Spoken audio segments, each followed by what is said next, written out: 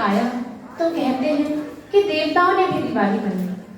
और आज ऐसे समय में आकर के हम इस कार्यक्रम को संपन्न करने जा रहे हैं जब अगला वर्ष अखंड दीपक के प्राकट्य के 100 वर्ष एवं परम वंदनीय माता जी के अवतरण के 100 वर्ष को लेकर के आ रहा है। परम पूज्य गुरुदेव ने यह अखंड दीपक वसंत पंचमी की वेला में सन 1926 में जलाया था। 15 वर्ष की आयु का एक बालक जो अपनी पूजा स्थली में बैठकर साधना कर रहा था, उस दीपक के सामने, उस प्रकाश के सामने, और उसी में से एक छवि उभर करके आई जो दादा गुरु की थी। पहले तो गुरुदेव उन्हें देखकर डरे, अचंभित हुए, पर दादा गुरु ने कहा कि हमारा तुम्हारा साथ कई जन्मों का है, मेरे से डरो मत। दादा गुरु ने गुरुदेव को पिछले जन्मों में किए गए उनके क्रियाकलापों का दिग्दर्शन कराया तथा उन्हें बताया कि वे दुर्गम हिमालय से आए हैं एवं उनसे अनेकानेक ऐसे क्रियाकलाप कराना चाहते हैं जो अवतारी स्तर की ऋषि सत्ताएं उनसे अपेक्षा रखती हैं। उन्होंने कहा कि पिछले जन्मों में जो कार्य तुमने किए हैं उन कार्यों को पूरा करने के लिए अब ये जन्म तुम्हें प्राप्त हुआ है। दादा गुरु ने उन्हें उनके मुख्य 3 जन्मों के बारे में बताया जो कि थे समर्थ गुरु रामदास, कबीरदास और रामकृष्ण परमहंस, और कहा कि इस जन्म में तुम्हें 4 बार कुछ दिनों से लेकर के 1 साल तक की अवधि तक हिमालय आकर कठोर तप करना होगा। और उन्हें आदेश दिया कि उन्हें 24 गायत्री महाशक्ति के 24 लक्ष्य के 24 महापुरुष चरण जो उन्हें आहार के कठोर तप के साथ पूरे करने थे। गुरुदेव ने अपने जीवन के 24 वर्ष जौ की रोटी और छाछ पर गुजारे। साथ ही उन्हें कहा कि उन्हें अखंड घृत दीप की स्थापना करनी है और समय आने पर ज्ञान यज्ञ अभियान चलाना है। और उन्हें राष्ट्र को स्वयं को खपत करने का आदेश भी दादा गुरु ने गुरुदेव को दिया। उन्होंने कहा कि लोग तुम्हारा उपहास करेंगे, पग पग पर तुम्हारे रोड़े अटकाएंगे, लेकिन तुम्हें डरना नहीं है, निरंतर आगे बढ़ते रहना है। मैं प्रकाश रूप में सदैव तुम्हारे साथ हूँ और तुम्हारा मार्गदर्शन करता रहूंगा। हमें भी पूज्य गुरुदेव और वंदनीय माता जी ने यही कहा कि हमारा शरीर छोड़ने के बाद बेटा तुम हमें कभी भी याद करो, कभी भी हमें देखना चाहो तो अखंड दीपक के रूप में हमें विद्यमान पा सकते हो। भाइयों बहनों, पूज्य गुरुदेव एवं माता जी को लोग एक सामान्य गृहिणी समझते थे, लेकिन माता जी का वह स्वरूप किसी ने नहीं जाना जो गुरुदेव की प्रथम शिष्या के रूप में थी। उन्होंने अपने अंदर उस ज्योति को जगाए रखा। जब गुरुदेव हिमालय गए तब माता जी ने उस प्रकाश को जगाए रखा। अखंड दीपक के प्रकाशन से लेकर के लोगों के मार्गदर्शन तक, अपना घर परिवार संभालने से लेकर समाज में विभिन्न संघर्षों को जन्म देने तक, आंदोलनों को जन्म देने तक, जो नारियां अब तक पिछड़ी हुई थी उन्हें आगे बढ़ाने का कार्य माता जी ने बराबर किया। समाज में जो चीजें नारियों के लिए प्रतिबंधित थी, माता जी ने उसे आंदोलन का स्वरूप दिया। गुरुदेव कहते रहे कि नारी जागरण हमारा एक सपना है। माता जी ने न केवल उस सपने को पूरा किया बल्कि नारियों को आगे बढ़ाया और शिक्षा भी दी। समाज में बहुत सी कुरीतियां थी। महिलाएं धर्म के नाम पर, अध्यात्म के नाम पर पिछड़ी हुई थी। लोगों ने बहुत सारी प्रतिबंधित कर रखी थी महिलाओं के लिए चीजें कि तुम ये नहीं कर सकती, वो नहीं कर सकती, ये मंत्र नहीं जप कर सकती। माता जी ने नारियों को न केवल ये सब करने का मौका दिया बल्कि इतना आगे बढ़ाया और ब्रह्मवादिनी बनाकर मंच पे खड़ा कर दिया कि वे यज्ञ भी करवाती हैं, कर्मकांड भी करवाती हैं और विभिन्न जन आंदोलन में अपनी भागीदारी निभाती हैं। भाइयों बहनों, आज भी गुरुदेव एवं माता जी की वह छवि हम अखंड दीपक में विद्यमान देखते हैं।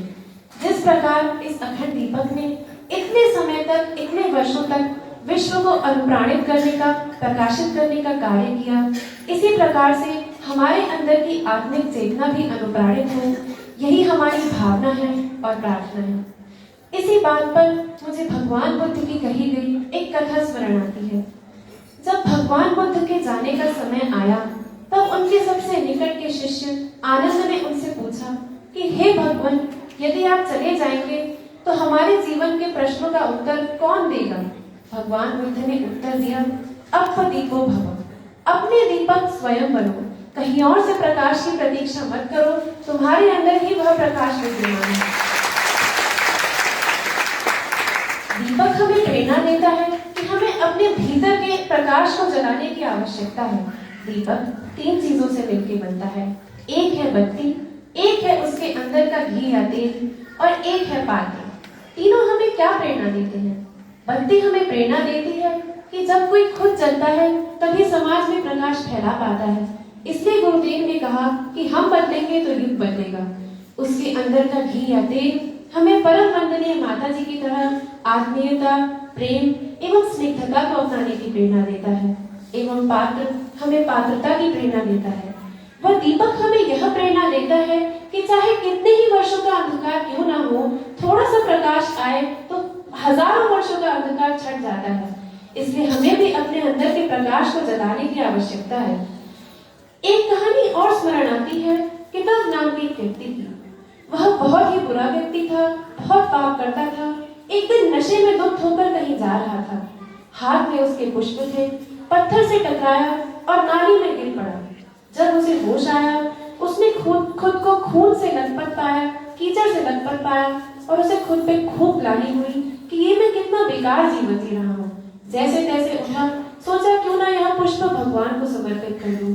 भगवान के समक्ष खड़ा हुआ और प्रार्थना करी कि हे भगवान, यदि आप मुझे अगली बार जीवन दें तो थोड़ा जीवन जीने की प्रेरणा भी दें।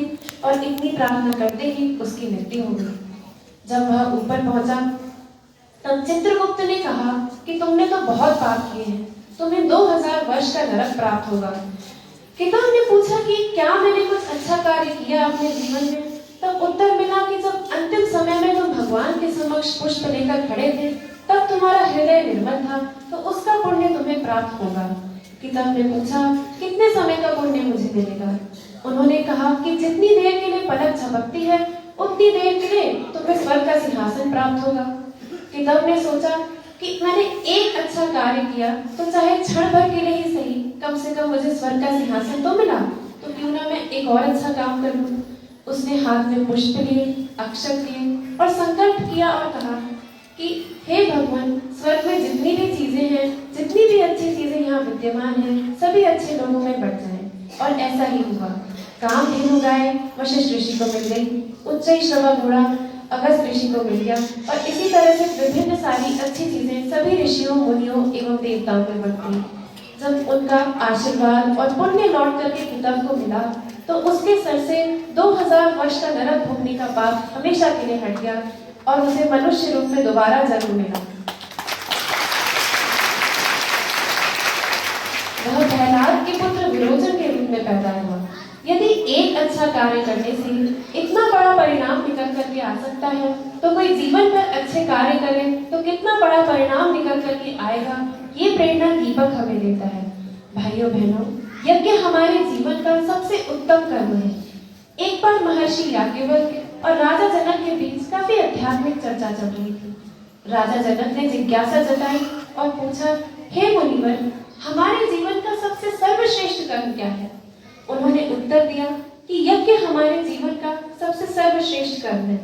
राजा जनक ने पूछा कि यज्ञ हमें कब और कैसे करना चाहिए? उन्होंने उत्तर दिया कि यज्ञ हमें नित्य प्रति एवं गाय के घृत से करना चाहिए। घृत उपलब्ध ना हो तो दूध से करना चाहिए, दूध उपलब्ध ना हो तो वनौषधियों से करना चाहिए, और वनौषधियां में ना उपलब्ध हो तो जल की आहुतियां दें, परंतु यज्ञ अवश्य करें।